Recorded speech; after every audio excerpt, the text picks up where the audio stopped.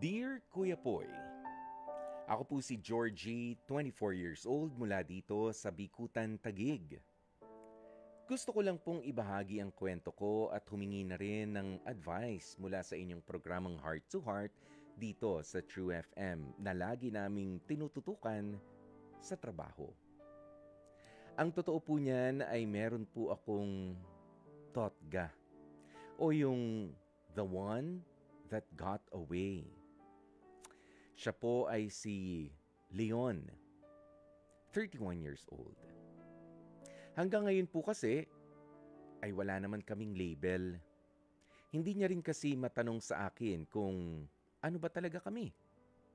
Ang sabi ni Leon ay nahihirapan daw siya dahil sa age gap namin. 24 ako, 31 siya. At ganun din sa kung ano ba ang sasabihin ng ibang tao. Pero alam nyo, kapag kaming dalawa lang ang magkasama, parang kami talaga. As in parang magjowa, kumbaga. Sweet siya sa akin at ako rin naman sa kanya. Hindi ko nga alintana ang mga tingin ng ibang tao kapag hinahawakan ko ang braso niya o pinupunasan ang pawis niya. Pero Kuya Poy, ang masakit kasi ay nung huli kaming lumabas, sinabi ni Leon na baka pwede ko raw pagbigyan ng chance ang nakababata niyang kapatid, naka-age ko. Na-confuse ako dun, Kuya Poy. Ang sakit lang, sobra. Matapos kong marinig yun mula kay Leon. Kasi umamin naman na kami that we really care for each other. Pero gusto pala ng pamilya niya na para sa kapatid daw niya ako dahil kami magkaedad. At ngayon ay naniligaw na rin sa akin yung kapatid niya. Sobrang naguguluhan ako sa mga nangyari, Kuya Poy. Pakiramdam ko po ay na-stuck ako. Parang inilagay ako ni Leon sa isang sitwasyon na kahit anong piliin ko ay meron at merong masasaktan. Ang tanong ko po, Kuya Poy, ay dapat ko bang sabihin ng diretsahan na hindi ko gusto at hindi ko papatulan ang kapatid niya hanggat wala siyang label sa akin? Pwede ko bang gawin yun? O mas mabuting umatras na lang ako sa kanilang dalawa para magkaalaman na kung handa nga ba talaga itong si Leon na pakawalan ako? Pero umaasa po sana ako na may pagpatuloy namin ang relasyon namin. Kuya Poy, litong-lito na ako sa mga nangyayari. Ano po ba ang dapat kong gawin? Hihintayin ko po ang inyong mga payo. Maraming salamat po sa pagkakataong mapili ninyo bilang tampok na kwento ang storya ko dito sa Heart to Heart sa 105.9. Lubusang nalilito, Georgie. Eto na nga po, no? Napakinggan natin kani-kanina ang storyang ibinahagi sa atin nitong si Georgie, kung saan ay merong nakikipaglapit sa kanya na isang lalaki na si Leon na mas matanda sa kanya ng ilang taon lang naman. 24 years old po itong si Georgie at si Leon naman ay 31 years old. Hindi naman ganun kalayo, ano. Nga lang, kahit pa nga parang may special na round na namamagitan sa kanilang dalawa, wala naman silang label.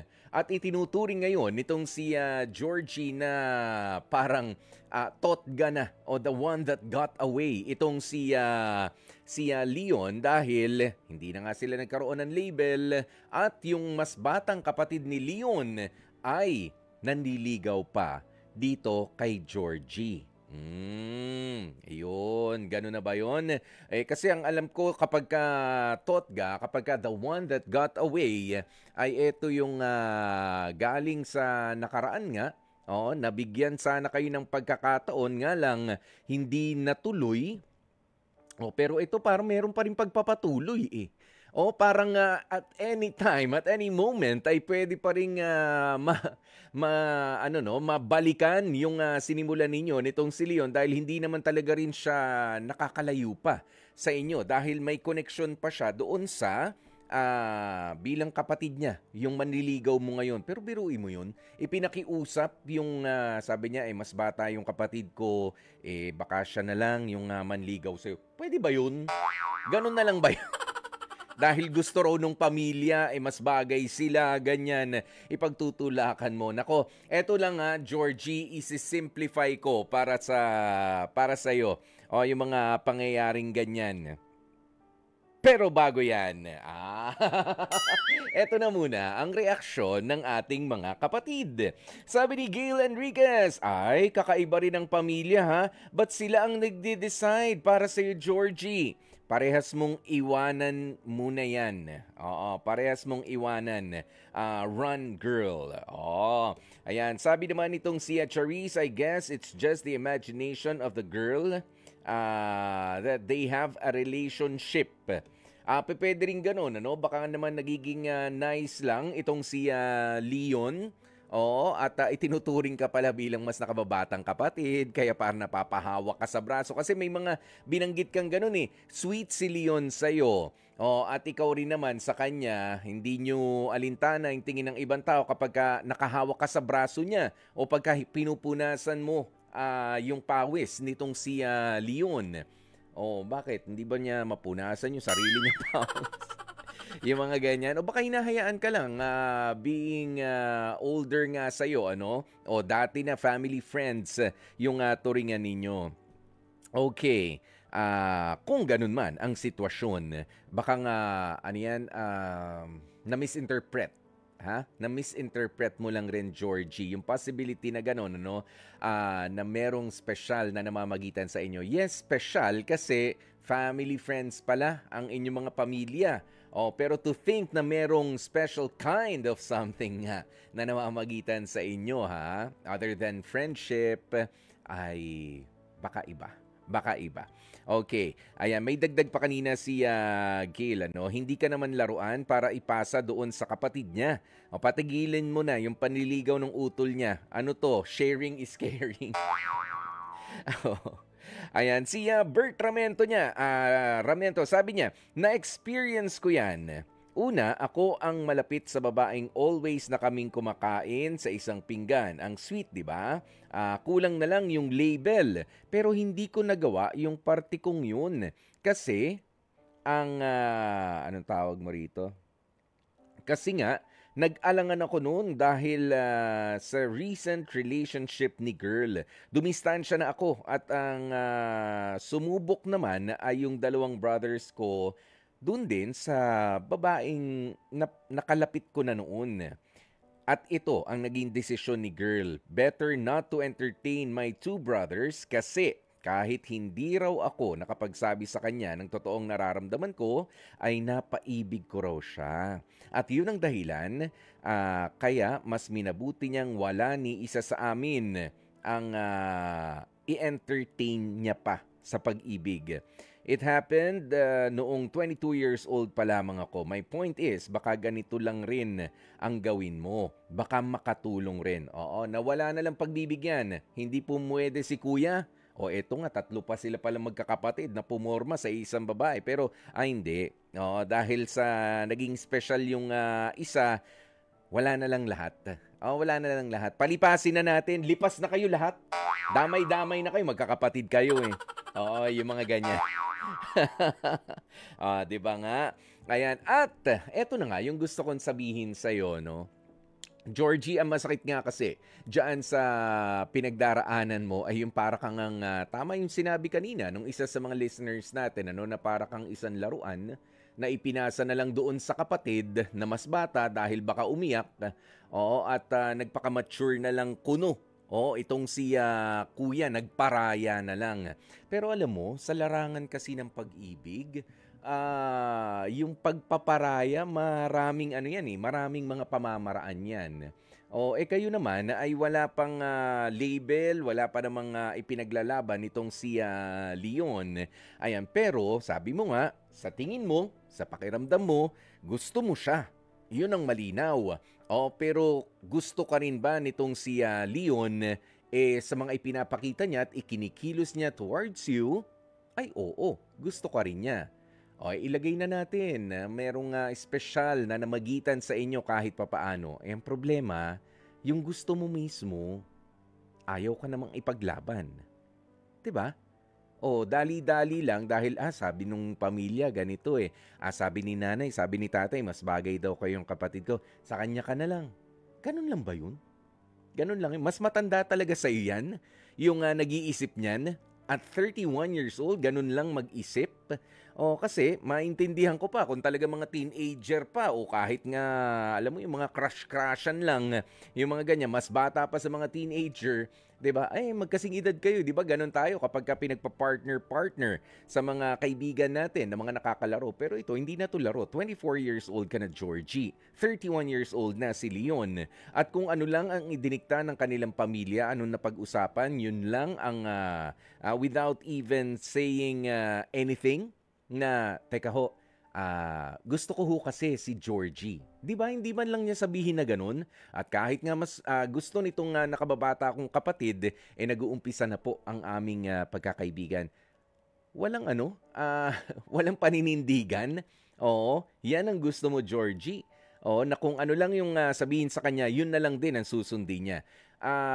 Iba yung meron kang respeto sa desisyon ng pamilya, iba rin naman doon sa hindi mo kayang panindigan yung mismong damdamin mo.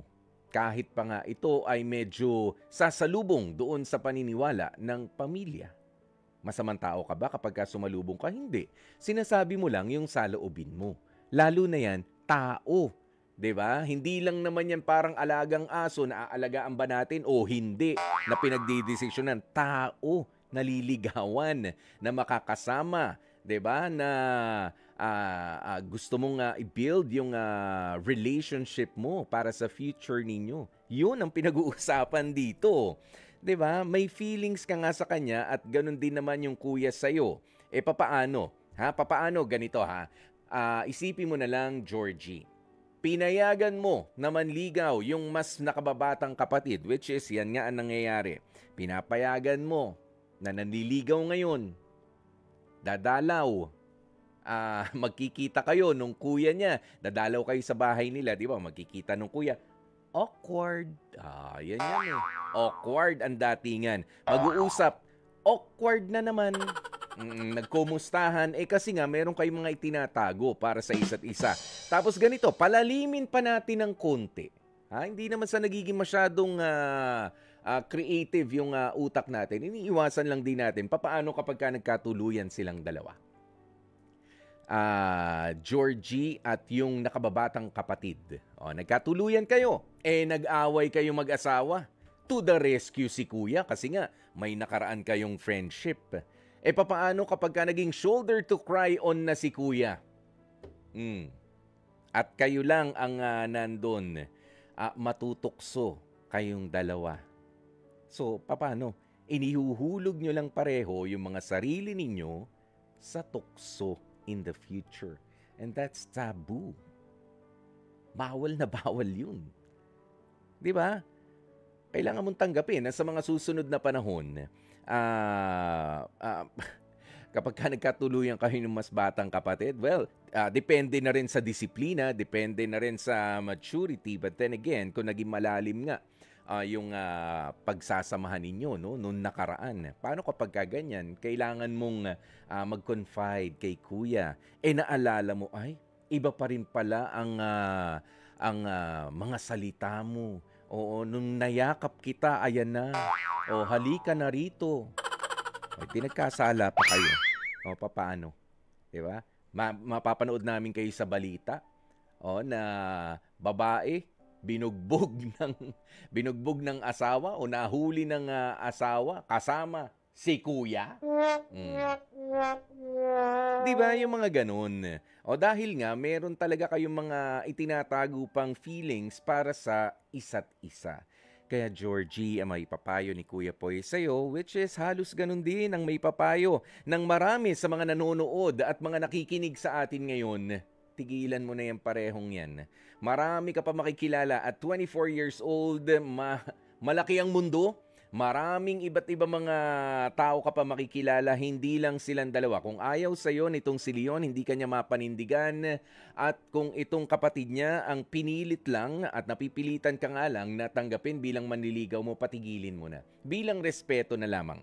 'Di ba? Kung ayaw mo naman pala talaga sa kanya at mas gusto mo doon sa kuya sana, pero tigilan mo na rin yung kuya dahil hindi ka naman kayang ipaglaban nun. Wala kang alam mo, may mga inaano ka pa rito no? May mga tinatanong ka pa sa akin na dapat ko bang sabihin, Kuya Poy, na na papayag lang ako na papatulan ko ang kapatid niya. Basta may label kami ni Leon. Ano yan? Diba? Papayagan mo manligaw. Basta kayo nung kuya. Ano yun? Diba? Anong klaseng pag-iisip yan? Di nilalapit mo sa gulo yung sarili mo. O sabi mo, mas mabuting umatras na lang ako sa kanilang dalawa. Para magkaalaman na kung handa nga ba siyang pakawalan ako. At ipagpatuloy ang aming relasyon. Alam mo, yung talagang mahal ka, itutuloy yan. Kahit kapatid, laban sa kapatid, may the best man win.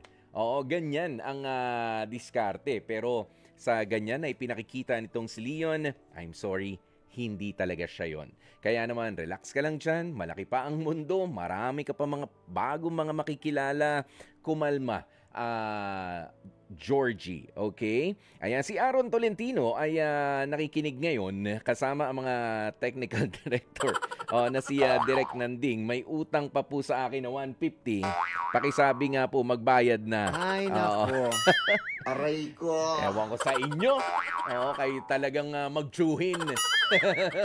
At 16 minutes, makalipas ang alas 12 ng tanghali. Aba, dyan na po muna natin tatapusin ang ating Dear Kuya Poy.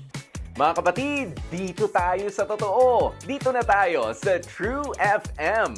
Mag-subscribe at mag-follow na sa social media accounts at True Network PH sa FB, Instagram, X na dating Twitter, YouTube, TikTok, and podcasts.